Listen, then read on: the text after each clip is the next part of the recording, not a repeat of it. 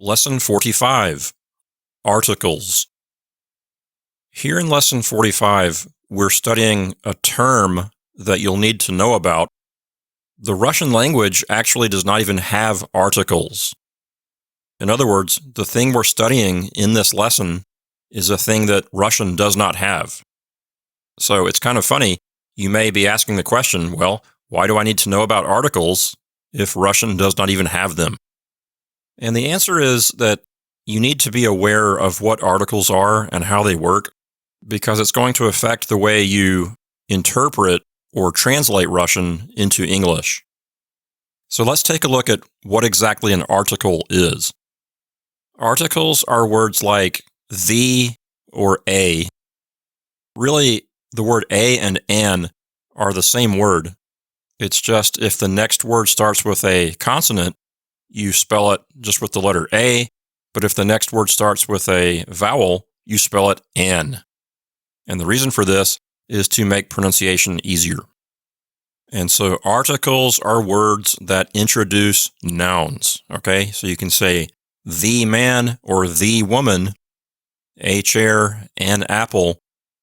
These articles just introduce a noun. But articles come in two different flavors. We have the definite article and the indefinite article. The word the is called the definite article. For example, if I say to you, please go into the garage and get the broom, I'm referring to some specific broom. I have a certain broom in mind.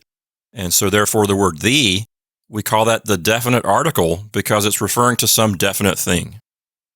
In English, the word a or an, we call that the indefinite article, because if I say to you, go into the garage and get a broom, then I'm not referring to any specific broom.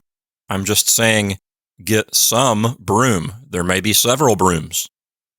The broom that is being referred to is indefinite, and so that's what we call the indefinite article. In some languages, they have a plural indefinite article. For example, in Spanish, they have a way to say a or an, but in a plural kind of way. We don't really have that in English. We don't have a plural an or a plural a. And so sometimes in English, if we want to express a plural indefinite article, we use the word some. We can say, go into the garage and get some brooms, and that serves as kind of a plural indefinite article. Of course, we could leave the article out altogether and just say, go get brooms. But in English, most of the time, we need to put some kind of article in front of the noun just to make it sound like correct English. But some nouns really don't need an article, and one kind of noun that does not need an article is the kind of noun that is a substance that you cannot count. For example, rice or dirt. We see this a lot with the names of foods. I might say, hey, can you go to the store and get milk? Or I could say, could you get some milk? But I probably would not say, can you go to the store and get a milk or the milk? That doesn't really make much sense. And also, abstract concepts like generosity, words like that oftentimes do not have an article. So, quick review. We have two different kinds of articles. We have the definite article, which is the word the. We have the indefinite article, which is the word a or an. Those are both the same word, just alternate spellings of the same word.